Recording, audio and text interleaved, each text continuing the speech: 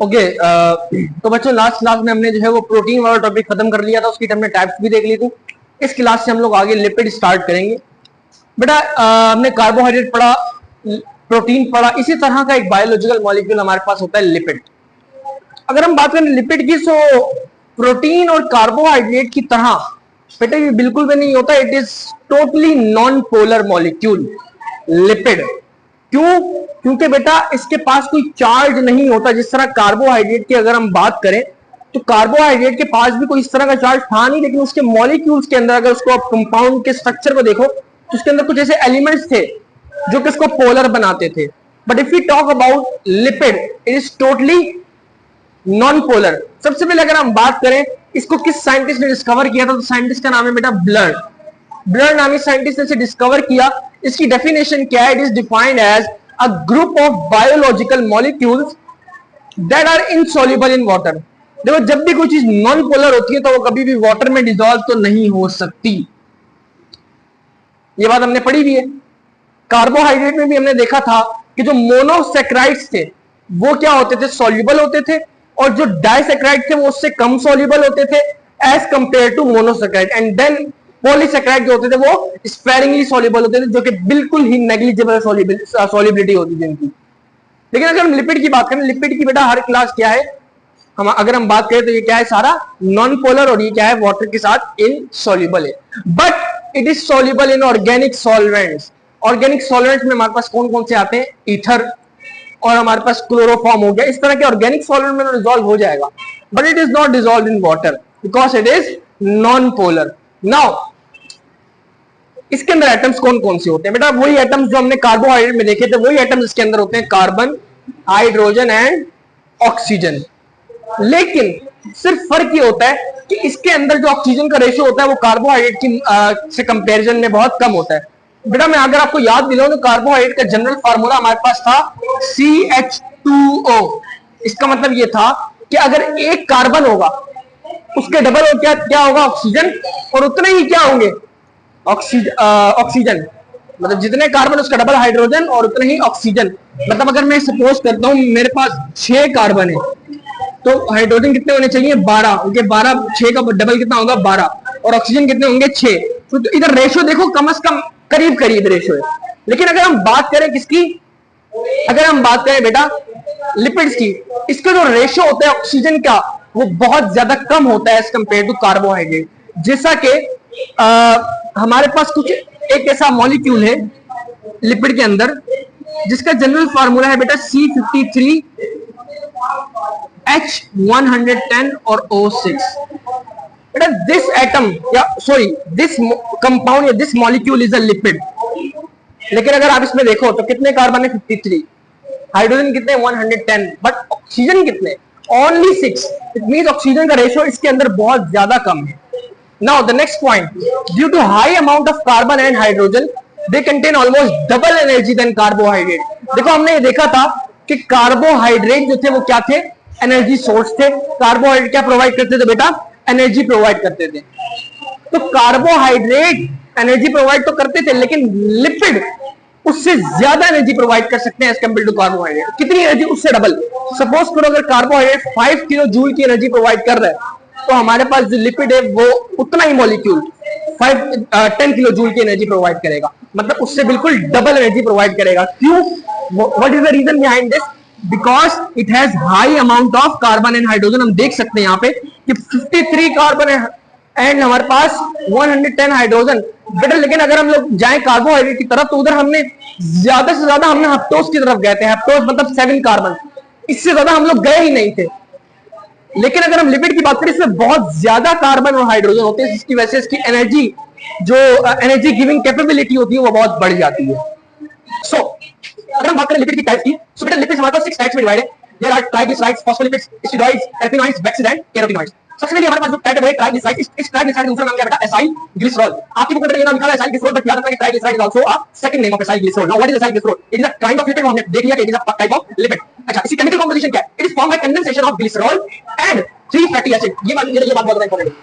3 fatty acid वाली बात important है। क्यों? तो हम आगे देखेंगे क्यों ज्यादा इंपॉर्टेंट। बस ये याद रखना कि एक ट्राइग्लिसराइड का अगर आपको मॉलिक्यूल बनाना है तो आपको एक ग्लिसरॉल देना पड़ेगा और 3 फैटी एसिड देना पड़ेगा। What is glycerol? ग्लिसरॉल कुछ भी नहीं है बेटा, glycerol is just 3 carbon alcohol. Alcohol में आपको कोई बात पता होना चाहिए, अल्कोहल जितने भी मॉलिक्यूल अल्कोहल के होते हैं उनके पास क्या होता है, OH होता है। तो अगर हम ग्लिसरॉल की बात करें, ग्लिसरॉल चूंकि ये 3 कार्बन अल्कोहल है तो उसमें क्या होगा, 3 कार्बन ये आ गया हमारे पास।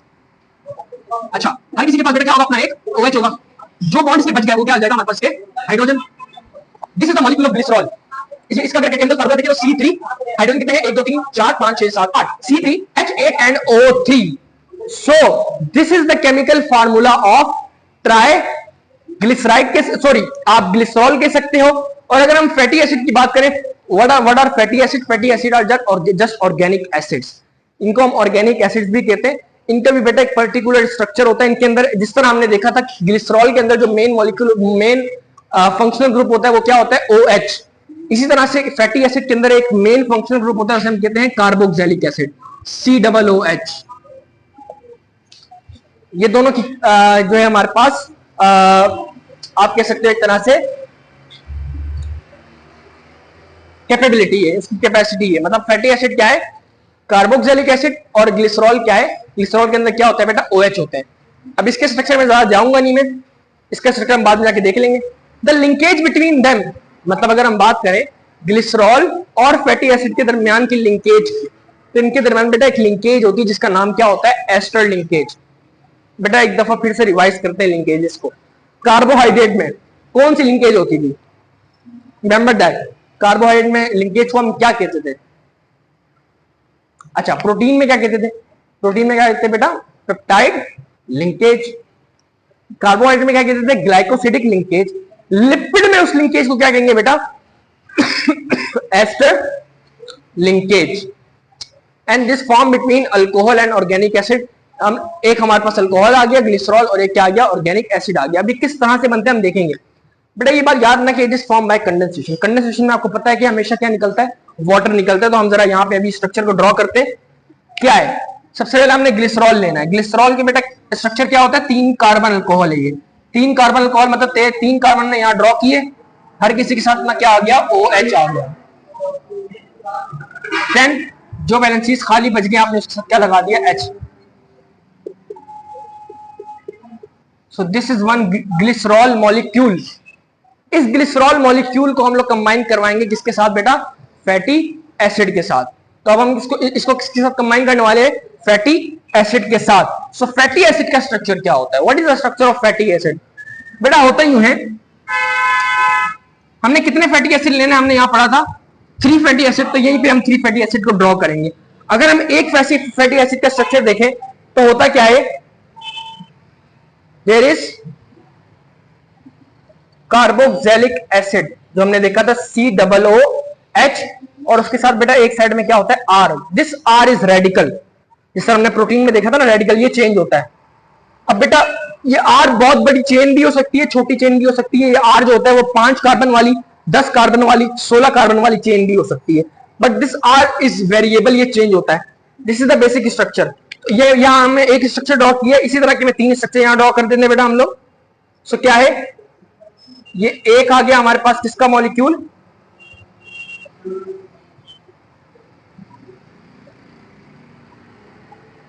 This is one molecule of fatty acid. इसी तरह से दूसरा आ गया, कितने हमने ड्रॉ करने, 3। सो here is the last one.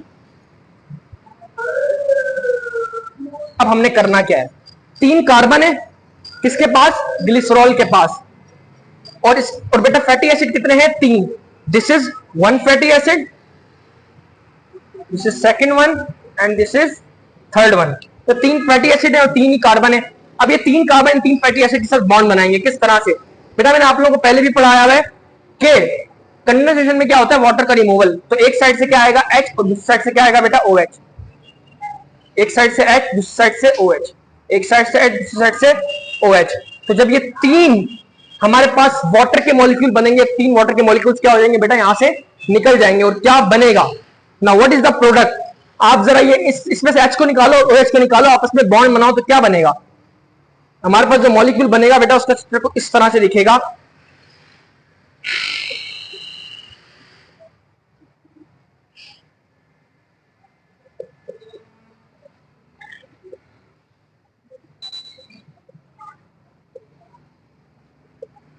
क्या करना है आपने, ये H और यहां से OH हटा दिया, इस ऑक्सीजन का किसके साथ बॉन्ड बनाना बेटा, इस कार्बन के साथ, क्योंकि ये दोनों बीच में हट गए, वाटर बन गया, तो आपने इस ऑक्सीजन का किससे बॉन्ड बना देना है, कार्बन के साथ, और ये डबल बॉन्ड O बन गया, रेडिकल ग्रुप भी आ गया यहाँ पे।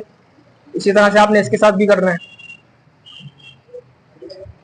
सो here is our structure. Now ये क्या था हमारे पास, what is this, this is glycerol. What are these? These are 3 fatty acids.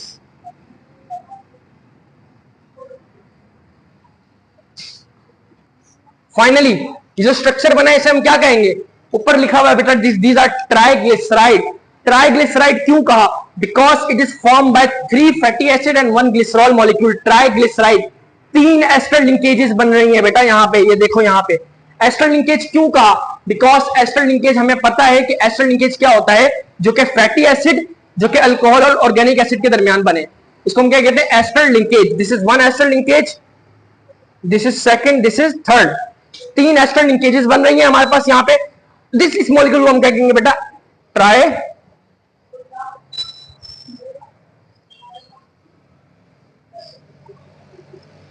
Glyceride. This molecule is called triglyceride. अब बेटा अगर हम बात करें बेटा यहां पे हमने देखा ट्राइग्लिसराइड जो होते हैं वो क्या होते हैं, इसकी 2 टाइप्स होती है बेसिकली। एक को हम कहते हैं सैचुरेटेड एसाइल ग्लिसरॉल या सैचुरेटेड ट्राइग्लिसराइड, एक को हम कहते हैं अनसैचुरेटेड ट्राइग्लिसराइड। नाउ अगर हम बात करें सैचुरेटेड ट्राइग्लिसराइड की, तो सैचुरेटेड ट्राइग्लिसराइड बेटा ऐसे ट्राइग्लिसराइड होते हैं that do not contain an double bond in their fatty acid. अब यहां पे बेटा एक बहुत इंपॉर्टेंट है, I am using the term fatty acid. Fatty acid के अंदर कोई डबल बॉन्ड नहीं होगा, इसका मतलब ये नहीं है। देखो यहां पे बात हो रही है, मुझे एक बात बताओ, ट्राइग्लिसराइड के अंदर कौन कौन से 2 एटम, 2 मॉलिक्यूल्स मिलकर बनाते हैं, one is glycerol and the other one is fatty acid. देखो ग्लिसरॉल के अंदर तो वैसे भी डबल बॉन्ड नॉर्मली नहीं होता। फैटी एसिड की जहां तक बात है ना, मैंने आपको पहले ही बताया बेटा, फैटी एसिड जो हमारे पास होता है उसका बेसिक स्ट्रक्चर क्या था, उसका बेसिक स्ट्रक्चर ये था कि carbon double bond oxygen into OH, this is carboxylic acid, और इस तरफ क्या होता है, रेडिकल। मैंने आपको कहा था बेटा ये चीज कॉमन है, दिस इज कॉमन, बट ये जो रेडिकल ग्रुप है ये बेटा वेरिएबल है, ये बड़ी चेन भी हो सकती है यहाँ पे इसकी जगह, मतलब इसकी जगह यहाँ पे जो होता है वो CH इस तरह भी हो सकते हैं, बहुत बड़ी चेन हो सकती है, मतलब ये पूरी चेन चल सकती है यहाँ पे, इस तरह पूरी चेन, यहाँ पे 3 कार्बन ड्रॉ किए ना, इस तरह पूरी चेन चल सकती है। अब अगर किसी फैटी एसिड में, मतलब ऐसा एसाइल ग्लिसरॉल जिसके अंदर ऐसा फैटी एसिड इस्तेमाल हुआ है जिसके फैटी एसिड में कोई डबल बॉन्ड नहीं है, जिस तरह यहां पे आपको कोई डबल बॉन्ड नहीं दिख रहा, दिस इज फैटी एसिड। देखो अब यहां पे बेटा कोई भी ये नहीं कहे कि सर ये डबल बॉन्ड है, this is functional group, I am talking about radical group. Radical group में आपको कोई डबल बॉन्ड नहीं दिखेगा क्योंकि ये तो चीज कॉमन है, इसमें डबल बॉन्ड होगा ही होगा। I am talking about the radical group. Radical group में बेटा आपको कोई भी किसी भी तरह का कोई भी आपको आप कह सकते हैं डबल बॉन्ड नहीं मिलेगा, तो उसे उस एसाइल ग्लिसरॉल को आप क्या कहोगे, सैचुरेटेड एसाइल ग्लिसरॉल। इस तरह मैंने एग्जांपल यहां पे क्या दिया, स्टीयरिक एसिड। स्टीयरिक एसिड एक ऐसा फैटी एसिड है कि जिसके अंदर कोई डबल बॉन्ड नहीं होता। इसका मतलब क्या है, इसका मतलब ये कि स्टीयरिक एसिड में जब भी किसी एसाइल ग्लिसरॉल के अंदर यूज करूंगा तो उस एसाइल ग्लिसरॉल को मैं क्या नाम दूंगा, saturated acyl glycerol. Saturated fatty acid और अनसैचुरेटेड फैटी एसिड में यहां बात नहीं कर रहा है, talking about saturated acyl glycerol. Acyl glycerol saturated होने का मतलब क्या है, जिसके फैटी एसिड के अंदर कोई डबल बॉन्ड ना पाया जाता हो, जिस तरह यहां हमने देखा। But if you talk about unsaturated acyl glycerol, it does contain double bond in their fatty acid chain. जिस तरह इसकी एग्जांपल, इस फैटी एसिड की एग्जांपल क्या है, लिनोलिक एसिड। अच्छा इसकी एग्जांपल बेटा आप इस तरह समझो कि ये तो हमारे पास क्या हो गया, carbon double bond oxygen OH हो गया, ये तो हमारे पास क्या हो गया, COOH कार्बोक्सिलिक एसिड हो गया। यहाँ रेडिकल ग्रुप आएगा तो यहाँ पे रेडिकल ग्रुप की जगह हम कुछ कार्बन लिख देते हैं।